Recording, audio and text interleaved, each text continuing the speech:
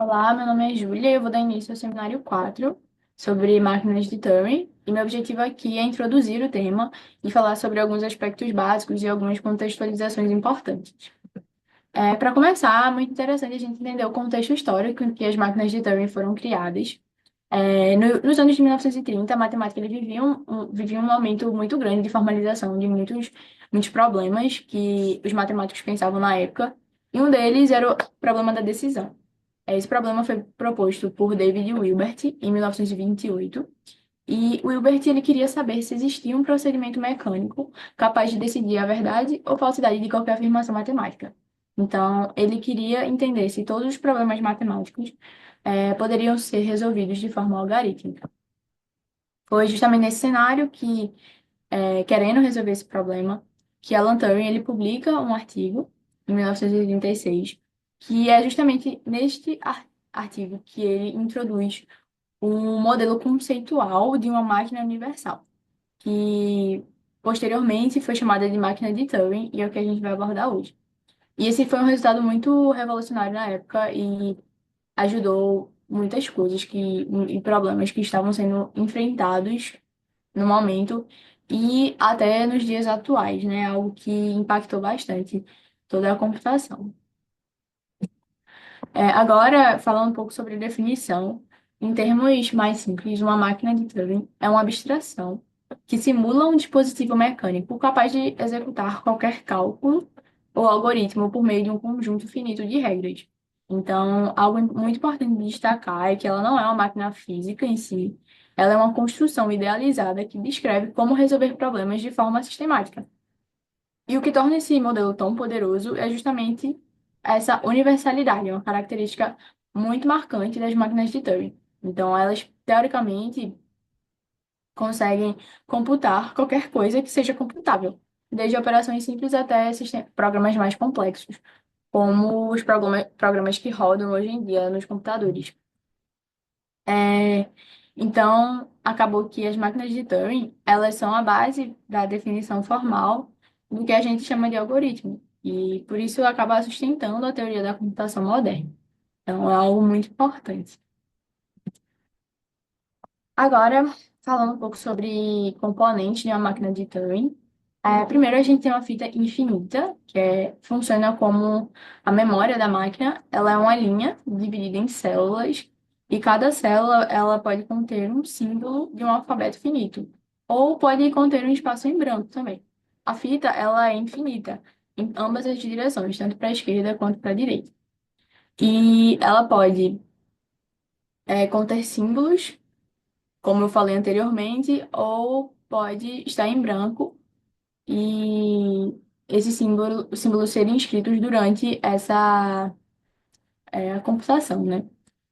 O segundo componente é a cabeça de leitura e escrita. Essa cabeça é o mecanismo que interage com a fita. Então, a cada passo, ela está posicionada sobre a célula, uma célula específica, que é a célula do momento, e ela pode fazer três coisas. Ela pode ler o símbolo que está na célula, escrever o novo símbolo no lugar do anterior, ou se mover uma célula para a esquerda ou para a direita. Em seguida, a gente tem um conjunto de estados. Então, a máquina ela possui um conjunto finito de estados que representam modos que essa máquina pode estar. Então, ela começa em um estado inicial, passa por estados intermediários e ela pode chegar em um estado de parada, né? Que indica quando essa computação terminou. É, Por fim, a gente tem a tabela de transição, que também é chamada de função de transição. Essa é justamente a lógica ou programa da máquina de Turing. Ela é o conjunto de regras que diz à máquina o que fazer com base no estado atual e no símbolo que a cabeça está lendo. Então, cada regra específica tem três ações. Ela pode escrever um novo símbolo na célula, mover a cabeça e mudar para um novo estado. Agora, descrevendo de forma mais formal, uma máquina de Turing, ela é uma cétupla. Então, ela tem esses vários componentes que estão na célula. Então, M é igual a Q, sigma, delta, enfim. O Q, ele é o conjunto de estados que eu mencionei. O sigma é justamente o alfabeto de entrada, ou seja, os símbolos que a máquina consegue ler. Gama é o alfabeto da fita. que tem os símbolos que a máquina pode escrever. Delta é a função de transição que define essas regras. O Q0 é o estado inicial, o Q-accept e o Q-reject são os estados de parada, que indicam se a máquina aceitou ou rejeitou a entrada. É, e isso é uma forma técnica de organizar os componentes, que eu já expliquei, anteriormente, né? Então, isso ajuda a formalizar um pouco, até para estudos e melhor entendimento. Aqui eu coloquei um vídeo explicando na prática como a máquina de Turing opera. Então, nesse exemplo, a gente tem símbolos sendo armazenados, temos a cabeça de leitura, temos todos esses estados, temos tudo. Basicamente, quando a cabeça ela lê um símbolo na fita, ela segue uma instrução, como a gente tem duas instruções nesse caso específico, que é essa P1R. Então, o que é que basicamente isso está dizendo para a gente? Ela escreve, ela printa esse R é de write, então move para a direita e depois ele vai para o estado zero, que é o que tem mais à esquerda aqui. Tem 0 e 1. Então, quando está em zero, também faz mesma lógica. Ele printa zero, vai para a direita e vai para o estado um. E isso fica alternando e printando esses números nas células que anteriormente estavam vazias. Isso é só uma forma que a máquina de Turing pode funcionar. Ela também poderia funcionar de outras formas, com outros tipos de regras. Então, essa regra que tem aqui de printar, ir para a direita e mudar de estado, ela é um tipo específico de regra, mas poderia, fazer de outra forma, como, por exemplo, é, primeiro fazer essa movimentação, e depois, a depender do estado que ela estivesse, ela pintar algo diferente. Então, isso é algo muito flexível e muito interessante das máquinas de Turing e mostra exatamente o porquê delas abrangerem tanta coisa e servirem de base para a computação dos dias de hoje, né? E basicamente foi isso, foi essa introdução que eu quis trazer. E posteriormente a gente vai estar explicando um pouco melhor da importância das máquinas de Turing e outros conceitos muito importantes para sobre o tema. Olá, meu nome é Eliseu e eu vou apresentar sobre a importância das máquinas de Turing na ciência da computação e na matemática discreta. Nessa apresentação, vamos explorar como esse modelo teórico mudou a nossa compreensão da computação. Então, vamos passar por alguns tópicos que serão aprofundados posteriormente. A importância da máquina de Turing reside em quatro pilares principais. Ela formalizou o conceito de algoritmo, fornecendo uma definição precisa do que significa um procedimento computacional. Em segundo lugar, definiu o que pode ser computado e quais são os limites dessa computação. Terceiro, serviu como base teórica para a construção dos primeiros computadores, influenciando seu design e arquitetura. E, além disso, teve uma influência direta no desenvolvimento da teoria da complexidade computacional e também na inteligência artificial ou inteligência computacional. Um dos resultados mais importantes relacionados à máquina de Turing é o teorema de Church-Turing. Esse teorema estabelece que qualquer função que possa ser efetivamente calculada por um procedimento intuitivo também pode ser calculada por uma máquina de Turing. Ou seja, a máquina de Turing pode simular qualquer outro modelo de computação que a gente conheça, como o cálculo de lambda e funções recursivas, definindo assim o conceito de função computável. Mas, apesar do seu poder, a máquina de Turing nos ajuda a entender que existem limites para a computação. Então, um exemplo clássico é o problema da parada. Turing provou que não é possível criar um algoritmo geral que possa determinar para qualquer programa e qualquer entrada se esse programa vai eventualmente parar ou se vai entrar em um loop infinito. Isso significa que existem problemas que são fundamentalmente indescindíveis. Ou seja, nenhuma máquina, por mais poderosa que seja, por mais que tenha recursos ilimitados, nunca vai poder provar, nunca vai poder dizer se um programa vai entrar em loop ou não. Máquina de Turing também influenciou a forma como pensamos sobre a dificuldade de resolver problemas através da complexidade computacional. Então, a gente dividiu esses problemas em classes, sendo duas das mais importantes, a classe P, que contém problemas que podem ser resolvidos de forma eficiente e em um tempo que cresce polinomialmente com o tamanho da entrada, como, por exemplo, multiplicação e ordenação. E também temos a classe NP, que inclui problemas que a solução pode ser verificada rapidamente, mas que são muito difíceis de resolver, de calcular a solução, e possivelmente exigem um tempo exponencial, como, por exemplo, mercados eficientes e criptografia de chaves públicas. Então, a grande questão em aberto na ciência da computação é se P é igual a NP. Se isso fosse provado que são iguais, teria um impacto enorme em diversas áreas. Por exemplo, muitos sistemas de criptografia que a gente utiliza hoje em dia se baseiam na dificuldade de certos problemas que se acredita estarem em NP, mas não em P. Então, se P for igual a NP, esses sistemas poderiam ser quebrados facilmente.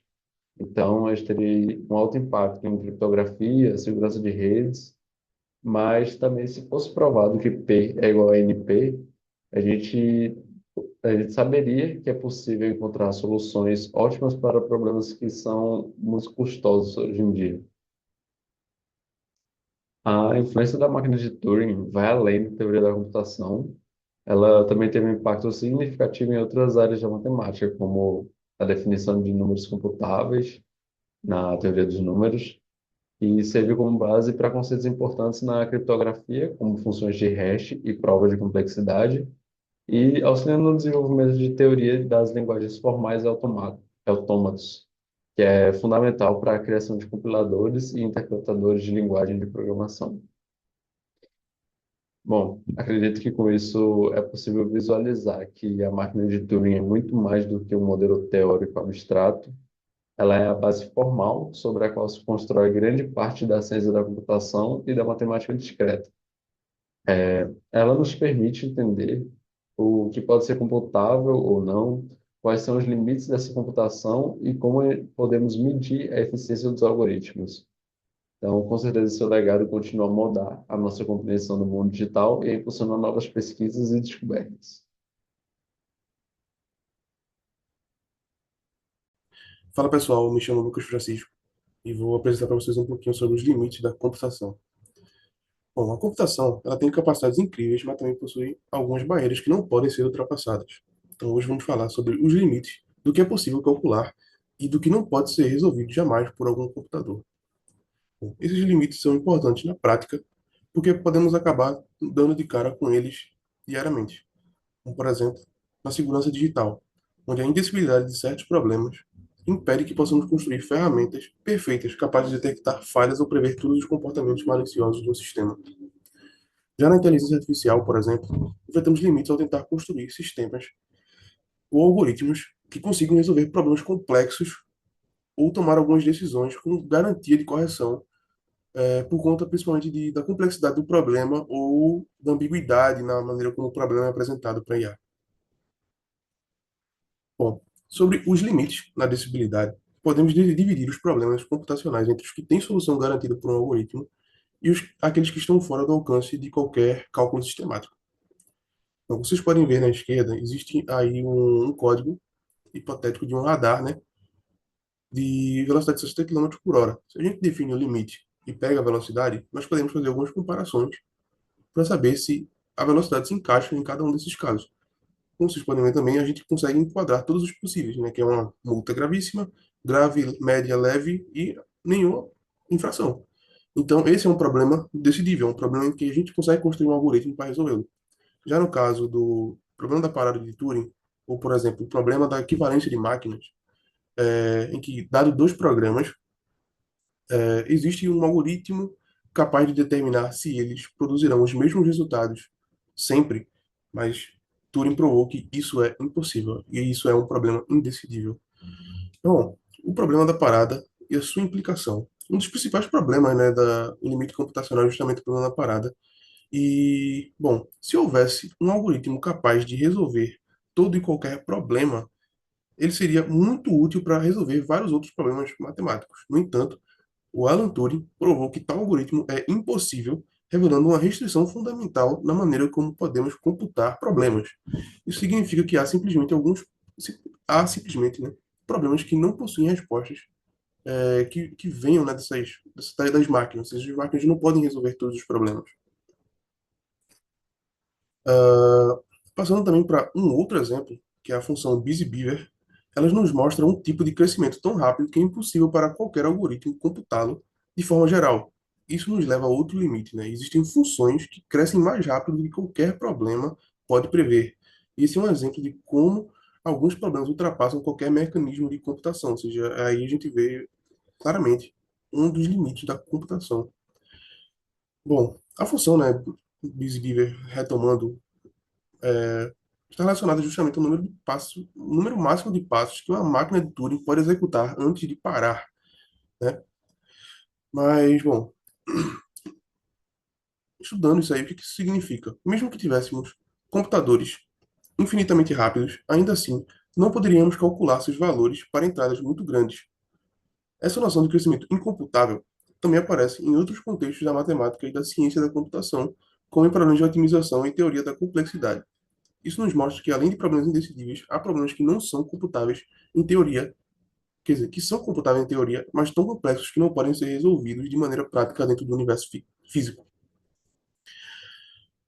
Também, né, para concluir, os limites da computação, eles são essenciais, né, para entendermos até onde podemos ir com os algoritmos e questões como o problema da parada e o crescimento da função de Busy-Beaver nos mostram que existem problemas inalcançáveis por qualquer computador, independente de sua potência. O problema da limitação não tem nada a ver com a potência do computador, pois muitas vezes, ao pensarmos nos limites computacionais, pensamos que esse problema está atrelado justamente ao hardware, à potência. Mas computadores mais rápidos ou mais potentes poderiam, né, resolvê-los.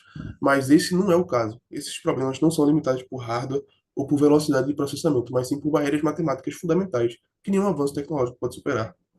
Esses limites também levantam questões filosóficas, né, e práticas de se há limites intransponíveis, até onde podemos avançar e como podemos lidar com essas barreiras na ciência e na tecnologia.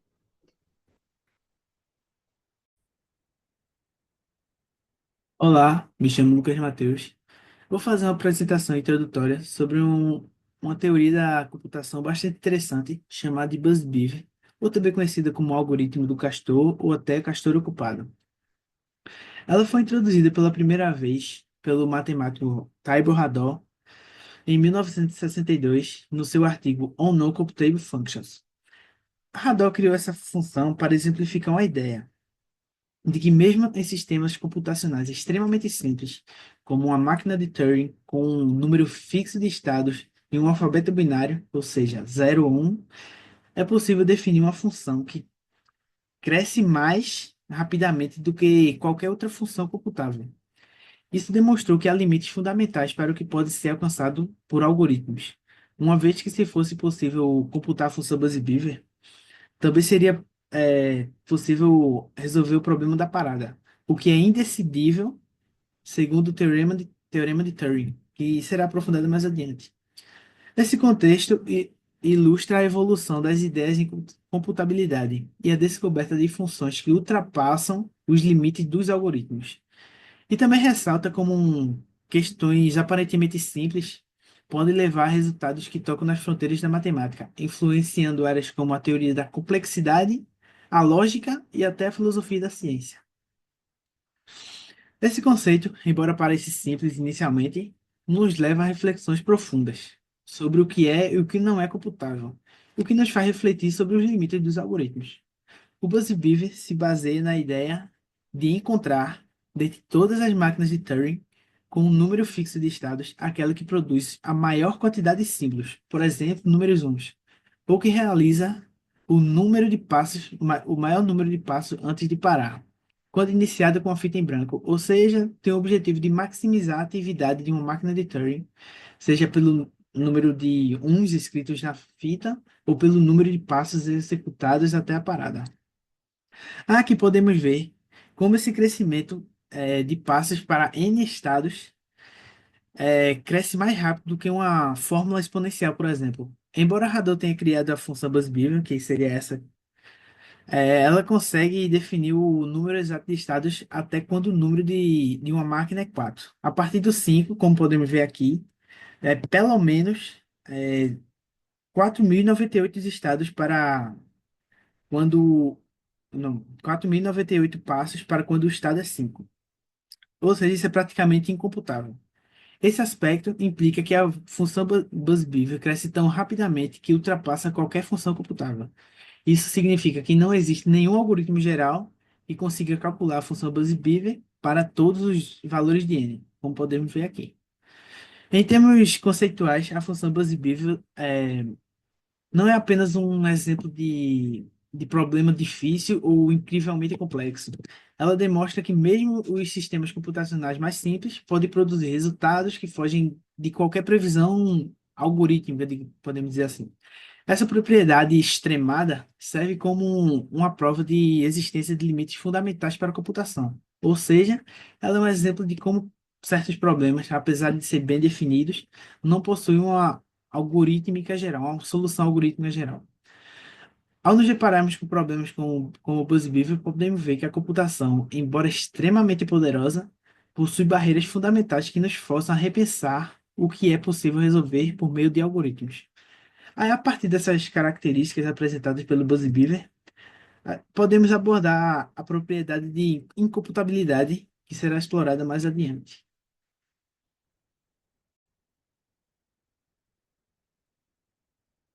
Olá, me chamo Elinaldo Emanuel e vou falar sobre as principais propriedades da função BuzzBeaver. A função BuzzBeaver, ou o cachorro ocupado, como foi falado anteriormente, possui várias propriedades importantes e interessantes, e algumas foram provadas e outras presumidas, principalmente dentro do contexto da teoria da computabilidade. A primeira propriedade que vou falar é a maximização sobre restrições formais, onde Buzz Beaver é um exemplo clássico dessa ideia, que trata de encontrar o maior valor possível de algum recurso computacional, respeitando regras bem definidas. Por exemplo, podemos querer saber qual máquina de Turing imprime o maior número de uns binários na fita, ou qual executa o maior número de passos antes de parar. A função BuzzBeaver é definida como uma máquina de Turing com n estado que, entre todas as que para, maximiza algum desses recursos computacionais. Temos aqui dois exemplos de função matemático relacionado à função BuzzBeaver, que representa a quantidade máximas atangíveis por máquina de Turing, representando certas restrições, que seria o sigma de n, que representa o número máximo de uns que uma máquina de Turing com n estado pode escrever na fita antes de parar, e S de n, que indica o número máximo de passos que essa máquina pode executar antes de finalizar sua execução. A próxima propriedade é a de crescimento não recursivo, onde significa que as funções sigma de n e s de n crescem mais rápido do que qualquer função computável total. Ah, mas por que ela cresce tão rápida? Porque a função BuzzBeaver de n escolhe a máquina que executa o maior número possível de passos antes de parar. E conforme n aumenta, o número de possíveis máquinas explode combinatoriamente, e com isso o valor de BuzzBeaver de n também explode. Eu falo explodir no sentido de crescer extremamente rápido. Formalmente, para qualquer função computável total, as funções de n, como funções lineares, exponenciais, fatoriais, sempre existirá um valor n0, tal que para todo n maior que n0, teremos sigma de n, que é maior que função de n, f de n, s de n, que vai ser maior que f de n. Em outras palavras, não importa o quão rápido seja o crescimento da função f de n, a função BuzzBeaver eventualmente vai ultrapassá-la e continuará crescendo ainda mais rápido. E isso é o que caracteriza um crescimento não recursivo, que é a principal propriedade que está sendo falada agora. É, A próxima propriedade é a incomputabilidade, que fala que não existe nenhum algoritmo capaz de calcular os valores exatos de sigma de n ou de S de n para todo n. Apesar de podermos escolher qualquer valor de n, não conseguimos descobrir o valor correspondente da função com o programa geral. Isso acontece porque a função BuzzBiv depende de quais máquinas de Turing param. E esse é justamente o famoso problema da parada, que vai ser abordado posteriormente. Mas, resumidamente, como não podemos sempre saber se uma máquina vai parar, também não conseguimos sempre saber qual delas atinge o valor máximo, o que torna a função incomputável. Embora a função BuzzBiv seja incomputável no geral, para valores pequenos de n, conseguimos calcular exatamente sigma de n e S de n, que é a próxima propriedade. Eita. A existência de valores exatos e limites inferiores. É, E isso é possível porque, com poucos estados, o número de máquinas possíveis ainda é gerenciável e conseguimos simular todas elas para ver quais param e quais maximizam o comportamento. Além disso, mesmo quando não sabemos o valor exato, podemos estabelecer limites inferiores, ou seja, valores mínimos que sabemos que sigma de n e ou S de n ultrapassam com base em exemplos conhecidos. Esses valores exatos e limites servem como um marco de referência para entender o crescimento absurdo da função à medida que ela aumenta. Aí temos aqui a tabela onde mostra que sigma de um é igual a um, sigma de 2 é igual a 4, sigma de 3 é igual a 6, sigma de 4 é igual a 13 e sigma de 5 é igual ou maior que 4.098 indo para S de N, onde S de um é um e S de 2 é 6, S de 3 é 21 e S de 4 é 104 e S de 5 é 47.177.670. E observação, foi anunciado por Pavel Krops em maio de 2022, ou seja, é recente. A próxima propriedade é a sensibilidade extrema a pequenas mudanças. Essa propriedade fala que modificações muito simples em uma máquina de Turing pode causar mudanças enormes e previsíveis em seu comportamento. Por exemplo, trocar apenas um símbolo de escrita muda a direção do, mudar a direção de movimento da direita para a esquerda ou substituir um único estado pode gerar vários problemas, como uma máquina que para rapidamente em uma que entra em loop infinito, ou uma máquina que faz apenas algumas centenas de passos em uma outra que faz milhões antes de parar. Essa sensibilidade torna muito difícil prever o comportamento de uma máquina apenas olhando sua descrição, mesmo quando ela é pequena e parece simples. No caso do slide onde falamos de SD5, que teve sua parada em um valor maior que 47 milhões, se trocarmos uma única instrução dessa função na máquina por outra parecida, ela pode nunca parar. Ou seja, com uma mínima mudança, o valor de S de 5 pode ir de milhões para infinito, e a máquina deixa de contar para a função BuzzBiv, pois só consideramos as que param. É isso. Essa característica mostra como um comportamento extremamente complexo pode emergir de sistema com regras muito simples. E, por fim, como foi falado inicialmente, existem várias outras propriedades que foram provadas e outras presumidas. Porém, essas mencionadas são as principais para dar continuidade ao seminário. E é isso.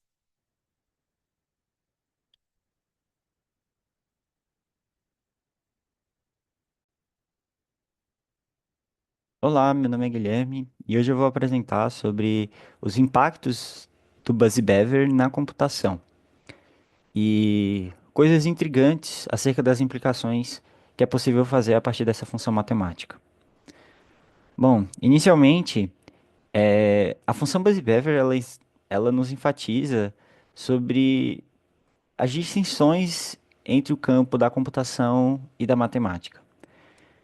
Ela se encontra num espectro em comum, tendo em vista que a função Buzzy-Beaver levanta números astronômicos. números que vão além da própria capacidade de uma máquina. E a partir disso, a gente consegue entender mais a matemática por si só da função Busy-Beaver. E ela está numa particularidade tão grande no campo da matemática que ela vai além de todas as funções matemáticas comuns, normalmente que a gente associa à própria grandeza das coisas. Então, funções exponenciais, próprias funções logarítmicas também, mas o ponto em si é que a função Busy-Beaver vai além de todas essas outras funções matemáticas. E ela nos enfatiza justamente as distinções entre essas áreas de conhecimento e das próprias particularidades que elas têm. Enquanto a matemática se preocupa em grandes abstrações, isso demonstra que a computação já não consegue acompanhar da mesma forma. Pelo menos no sentido de que a computação poderá ser muito mais limitante no sentido de processar os próprios números, enquanto a matemática a gente consegue abstrair de maneiras que vão além disso.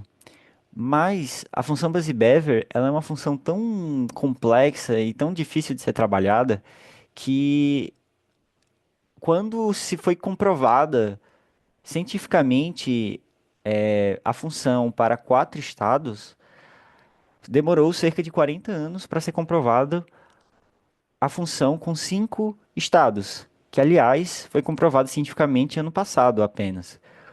Isso justamente porque a função ela é extremamente complexa e é necessário um grau de cuidado muito grande para comprovar cientificamente isso.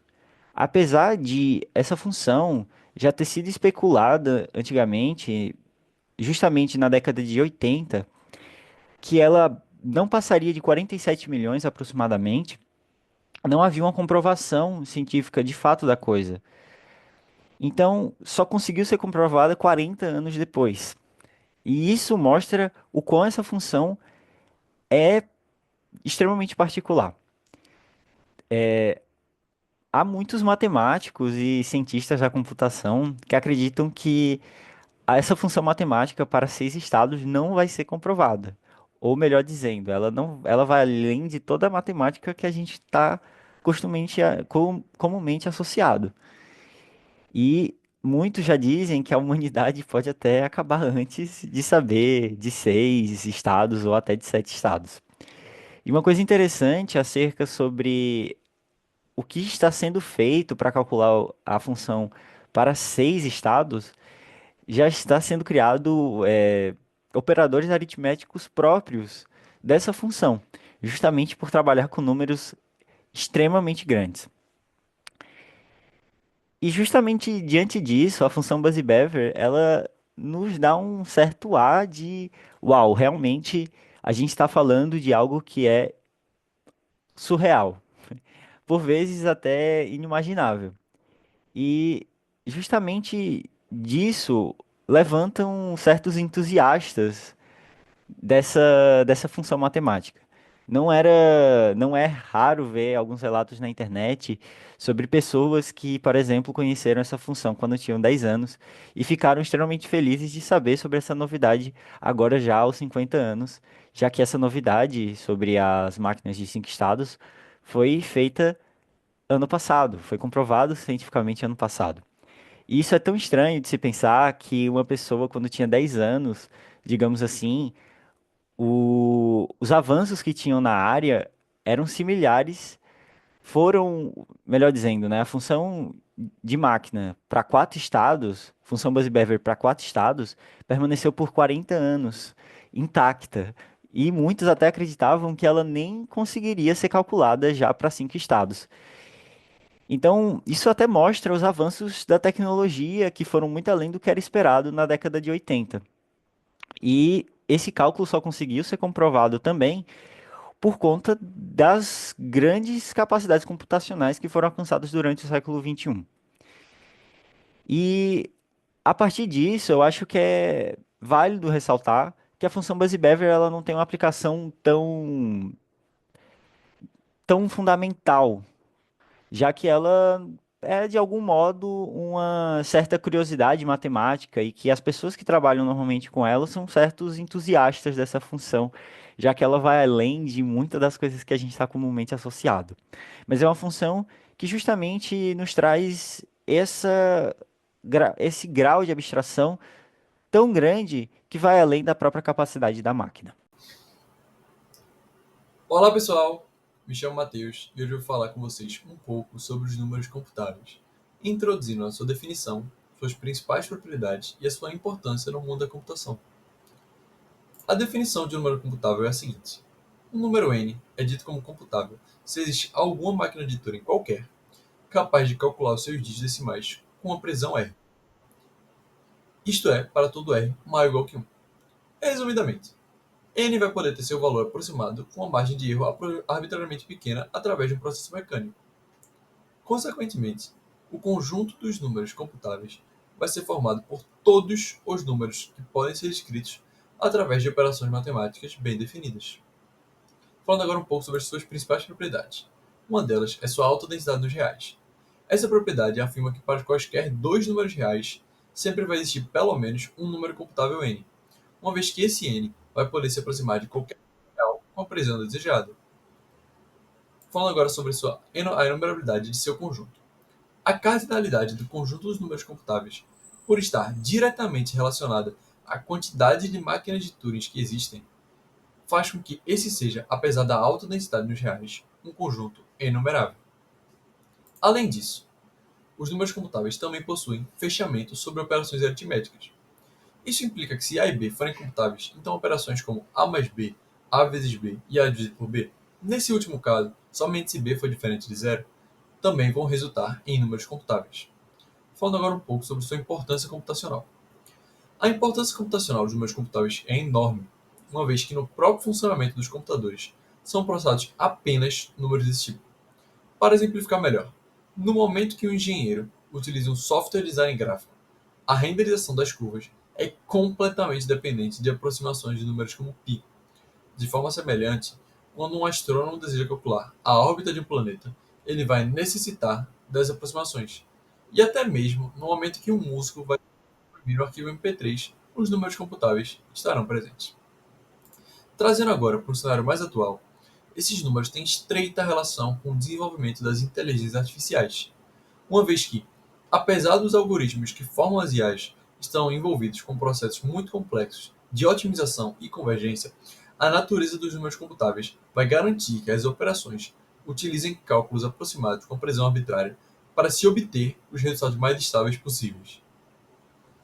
Além disso, os números computáveis também são fundamentais para toda a criptografia moderna, já que todos os algoritmos criptográficos vão operar sobre dados que podem ser representados e manipulados computacionalmente. Operações como a geração de chaves, cifras, assinaturas digitais e funções de hash envolvem cálculos precisos sobre números computáveis.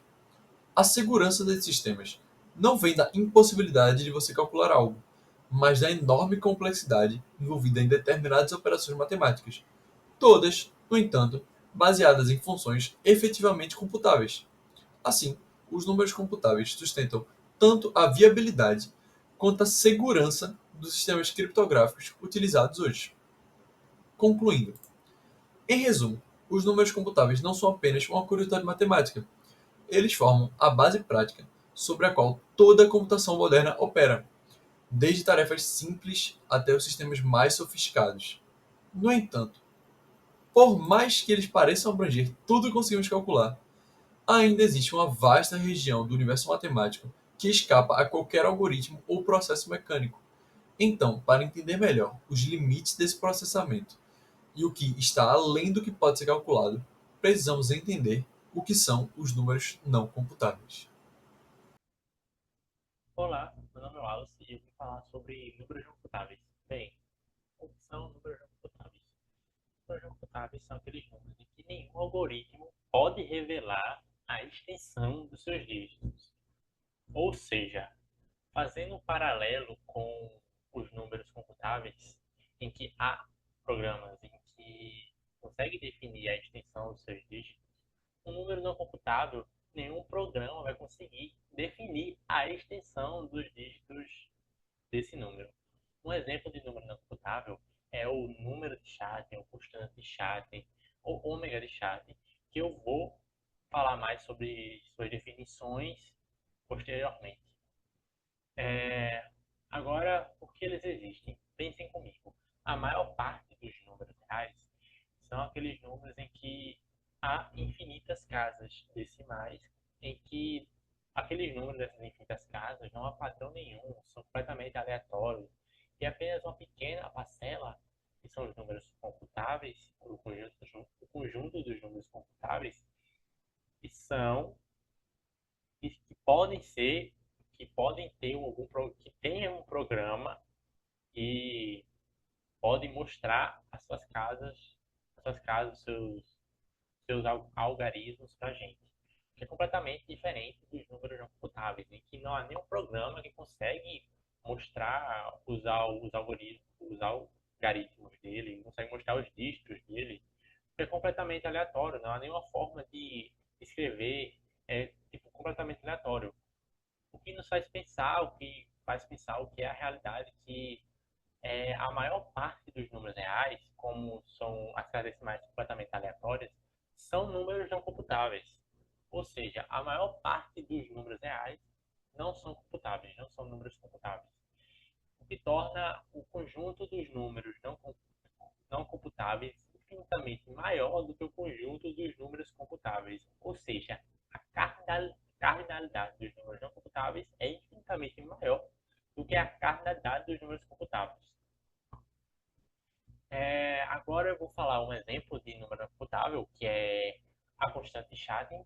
Bem, o que é a constante de Chátem? A constante de Chátem foi criada por Gregory John Chátem, que é um cientista da computação argentino, e que basicamente a definição dela é a soma de probabilidades de uma máquina de Turing parar. Ou seja, a construção dos dígitos delas é na soma da probabilidade de uma máquina de Turing aleatória parar.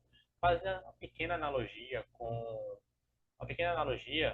é como se fosse a constante de Chátem, é como se fosse calcular a probabilidade de um livro ter o final feliz, sendo que existem infinitos livros e algum desses livros há infinitas páginas, o que torna impossível de saber o final. A constante de Chátem é basicamente isso. Agora vamos falar sobre as implicações da computação. Existem verdades matemáticas que nenhum algoritmo pode descobrir. Ou seja, existe a constante de Chátem, que é um número não computável, que é um número normal, com dígitos aleatórios sem padrão nenhum, só que nenhum algoritmo consegue definir esse número. Ou seja, a gente sabe que ele existe, só que a gente não consegue chegar nele por meio de um algoritmo. Ou seja, é como se o número não computável fosse um tesouro, que a gente sabe que ele está lá no fundo do mar, só que a gente não tem as ferramentas necessárias, que seriam os programas, para conseguir chegar nesse tesouro. Agora vamos fazer uma recapitulação. Os números não computáveis existem, são a maior parte do conjunto dos números reais e nenhum algoritmo consegue definir a extensão deles. Obrigado pela atenção.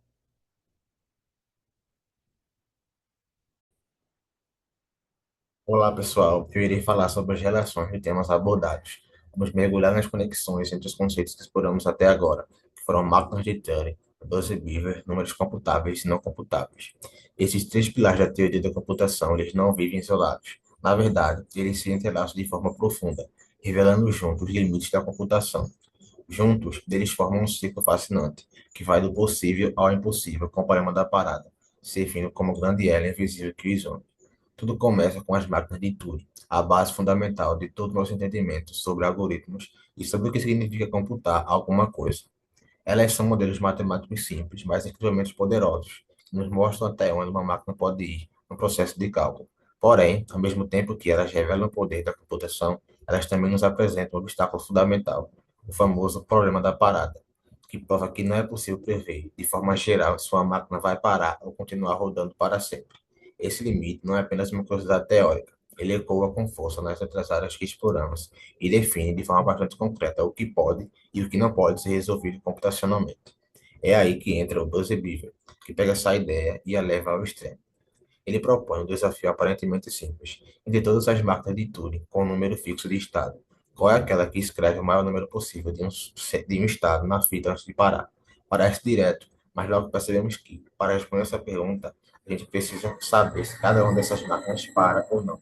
E aí, esbarramos novamente no problema da parada. Isso faz com que determinar os valores exatos da função percebível seja indecidível. Ou seja, por mais que possamos calcular esses valores, para máquinas muito pequenas, o crescimento da complexidade é tão rápido que logo nos deparamos com um abismo de incerteza. É justamente nesse ponto que surge uma ponte direta com os números computáveis e não computáveis. Os números computáveis são aqueles que a máquina de Turing ela consegue calcular com precisão, como os resultados de algoritmos ou a dígitos de pi que uma máquina pode gerar. Eles parecem simples à primeira vista, mas o Beaver nos apresenta uma transição fascinante. Para máquinas com poucos estados, os valores de Beaver são computáveis, pois conseguimos testar todas as possibilidades. Já quando aumentamos o número de estado, a indecibilidade do problema da parada entra em cena, tornando esses valores incalculáveis na prática. Eles começam a se aproximar dos números não computáveis, como uma constante ômega de Scheidt. A constante ômega é uma ideia inquieta. Ela representa a probabilidade de uma máquina de Turing parar, escolhida aleatoriamente. Mas como curioso é que, apesar de ser um número bem definido, não conseguimos conhecê-lo completamente, porque isso exigirá resolver o problema da parada para infinitas máquinas. Assim como o Beaver, o ômega está profundamente enraizado na máquina de Turing e ambas tropeçam no mesmo obstáculo, o problema da parada. Enquanto o Beaver nos mostra a máxima produção de um estado possível, o ômega reflete a incerteza desses processos. São dois lados da mesma moeda indecidível, e juntos nos dão uma visão mais completa dos limites do que uma máquina pode alcançar. O todo se fecha da forma quase poética. As máquinas de Turing constroem a estrutura da computação. O Beaver testa essa estrutura até os seus limites externos, expondo as consequências da indecibilidade, e os números computáveis e não computáveis traçam com precisão a fronteira entre o que podemos calcular com algoritmos e o que permanece para sempre fora do alcance. No centro disso tudo está o problema da parada, que atua como um fio invisível, costurando todos esses conceitos e nos lembrando de que, por mais avançadas que sejam nossas máquinas, existem perguntas que simplesmente não têm resposta computável. Junto, esses temas formam um retrato poderoso dos poderes e limitações das máquinas. Eles nos mostram que a computação é, ao mesmo tempo, uma ferramenta incrivelmente poderosa e um mistério insolúvel, sempre equilibrada nessa linha tênue entre o determinado e o inalcançável. É justamente essa dualidade que torna o estudo da computação tão fascinante e cheio de profundidade. Olá a todos, eu me chamo Lucas Amaral e vou falar um pouco sobre a importância, a influência prática que os três temas abordados na apresentação exercem na computação moderna. Começarei falando sobre a máquina de Turing. Embora esse modelo teórico tenha sido desenvolvido bastante antes da era dos computadores digitais modernos, todavia ele permanece sendo o fundamento teórico de qualquer sistema computacional atual. Isso ocorre porque é por meio desse modelo que somos capazes de compreender os aspectos lógicos e estruturais de qualquer sistema computacional, como o controle de estados, manipulação de memória e execução de instruções. Um bom exemplo disso são as linguagens de programação que nós usamos em um contexto atual, como C++, Python, Java, dentre outras linguagens. No processo de desenvolvimento, de escrita dessas linguagens, foi necessário ter a certeza teórica de que elas são capazes de expressar todo tipo de operação que um computador pode fazer. Isso inclui a capacidade de armazenar e manipular dados de memória, realizar repetições e decisões lógicas, como estruturas de controle if, while, for, e manter o controle do fluxo da execução do programa, como chamadas de funções, recursão e por aí vai. A forma como isso tudo foi verificado foi pelo fato de que essas linguagens são capazes de simular um Turing completo. O Dr. Gregory John Michelson, professor emérito de Ciência da Computação em Heriot-Watt University, na Escócia, publicou um artigo no ano de 2020 sobre paradigmas de programação, completude de Turing e pensamento computacional. Na segunda seção do artigo, ele trata uma linguagem de programação como sendo, por definição, abre aspas, um sistema de símbolos capazes de expressar computações, fecha aspas.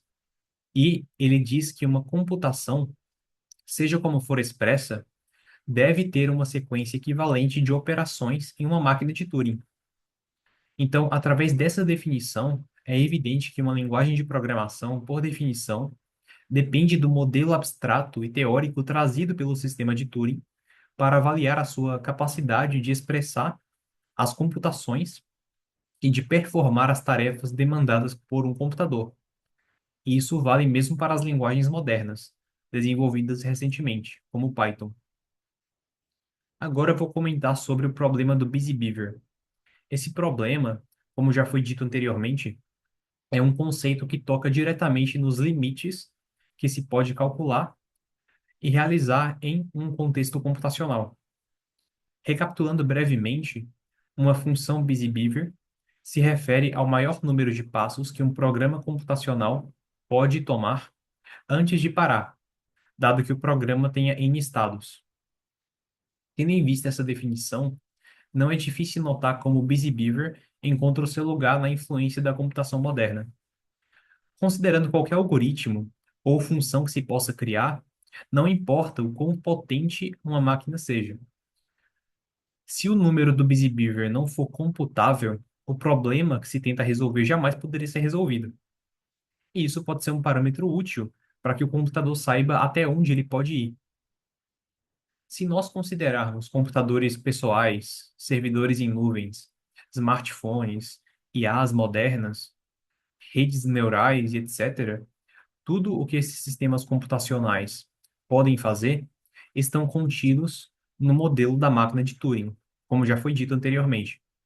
Mas o Busy Beaver é o exemplo mais extremo da limitação teórica de um computador no modelo de Turing. Se pensarmos em uma inteligência artificial que busca encontrar o melhor algoritmo possível para resolver um problema, por exemplo, otimizar código, seria possível ele entrar em loops tentando encontrar uma versão mais eficiente, simulando códigos, algoritmos que nunca param. Por isso, seria correto dizer que a função Busy Beaver exerce uma influência, ao menos indireta, no estudo de exemplos adversariais em aprendizagem de máquina. E, além disso, uma influência muito mais direta e muito mais clara no desenvolvimento de algoritmos, que tratam sobre a possibilidade ou não de performar certas tarefas, dentre outras áreas. Agora, passando para os números computáveis. A princípio, é importante entender que, quando se fala de números reais com infinitas casas decimais, os algoritmos usam números reais aproximados, ou seja, números computáveis. Os computadores não trabalham com números reais representados de forma literalmente infinita. Isso se aplica mesmo quando se fala de números como π ou raiz de 2, que são infinitos e muito comumente usados para calcular ângulos, rotações, dentre várias outras coisas em uma variedade de áreas que podem usar o computador para o seu auxílio. Podemos pensar em simulações científicas, como previsão de clima, simulação do voo de aviões, modelação de reações químicas, treinamento de redes neurais, entre outros. Então, a partir disso, fica evidente como esses tipos de números são extremamente úteis na computação moderna em diversas áreas. Com tudo isso, a gente pode finalizar essa apresentação concluindo que teorias e descobertas como a máquina de Turing, o problema do Busy Beaver e os números computáveis não são apenas curiosidades técnicas ou marcos históricos da computação. Apesar de serem teorias ou descobertas feitas em um período até mesmo anterior à era digital, elas continuam orientando a forma como compreendemos ou construímos diversos componentes da computação moderna. Compreender essas ideias é importante não só para o avanço teórico do conhecimento na área da computação, como também para o desenvolvimento de tecnologias cada vez mais eficientes, e ao mesmo tempo que respeitem os limites impostos pelo próprio potencial dos recursos disponíveis, como ficou claro na exposição sobre o problema do Busy Beaver, por exemplo. Com isso, eu finalizo o seminário. Obrigado pela atenção.